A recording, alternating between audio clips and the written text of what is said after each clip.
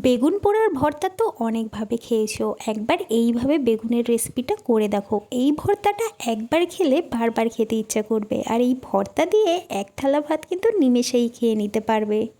যারা বেগুন খেতে ভালোবাসো অবশ্যই এটা একবার ট্রাই করে দেখো। বাজার থেকে এই বড় সাইজের একটা বেগুন নিয়ে এসেছিলাম, সেটাকেই আজকে ভর্তা করব, তার জন্য এরকম গোল গোল করে কেটে নিয়েছি।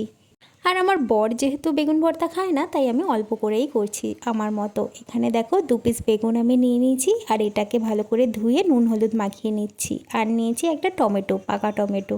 এটা মাঝখান থেকে কেটে এটাকেও নুন হলুদ ভালো করে মাখিয়ে নেব।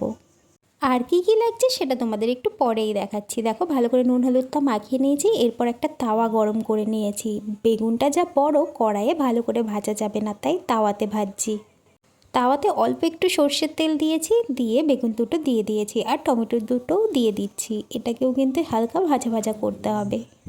ঢাকা দিয়ে বেশ কিছুক্ষণ বেগুনটাকে ভাজলাম, তারপর উল্টে দিলাম। এপিট ওপিট ভালো করে লাল লাল করে ভেজে নেব, সাথে টমেটোটাও ভেজে নেব। আর আমার এখানে প্রয়োজন কিছুটা রসুন। এখানে আমি 4-5 কোয়া রসুন নিয়ে নিয়েছি, সেটাও আমি কিন্তু তাওয়ার উপর দিয়ে দিচ্ছি। রসুনটাও একটু ভাজা ভাজা করে নেব। বেগুনটা ভাজা হতে থাক, ততক্ষণ আমি একটু পেঁয়াজ ধনেপাতা কেটে নিই। দেখো এখানে ধনেপাতাটা কুচিয়ে কেটে নিচ্ছি, সাথে আধখানা পেঁয়াজও আমি ছোট ছোট করে কেটে নিয়েছি।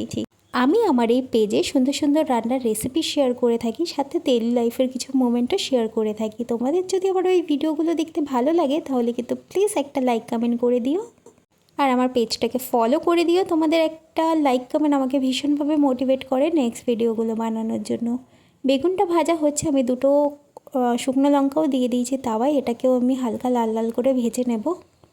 রসুনটা ভাজা হয়ে গেছে, রসুন আর টমেটোটা আমি একটা বাটির মধ্যে তুলে নিচ্ছি। বেগুনটা আরেকটু লাল লাল করে ভাজবো।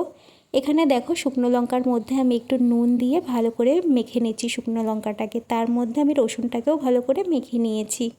এরপর এর মধ্যে আমি টমেটোটাও দিয়ে দেবো, আর দিয়ে দেবো আমি যে পেঁয়াজ আর ধনেপাতাটা কেটে রেখেছিলাম সেটাও। তারপর এটাকে ভালো করে মেখে নিয়ে এর মধ্যে আমি ভেজে রাখা বেগুনটা দিয়ে দেবো। ভেজে রাখা বেগুনটা দিয়ে ভালো করে এটাকে মাখিয়ে নেব। আমি তো লোভ সামলাতেই পারছি না, কখন এই ভর্তাটা হবে আর কখন আমি ভাতটা মেখে খাবো। এই ভর্তাটা বানিয়েই আমি কিন্তু খেতে বসে পড়বো, আর তোমাদের সাথে শেয়ার করব বেগুন ভর্তাটা কেমন হয়েছে।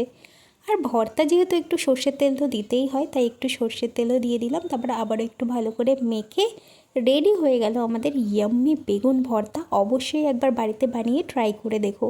সাথে করেছিলাম ফুলকপি আলু দিয়ে ভোলা মাছের ঝোল।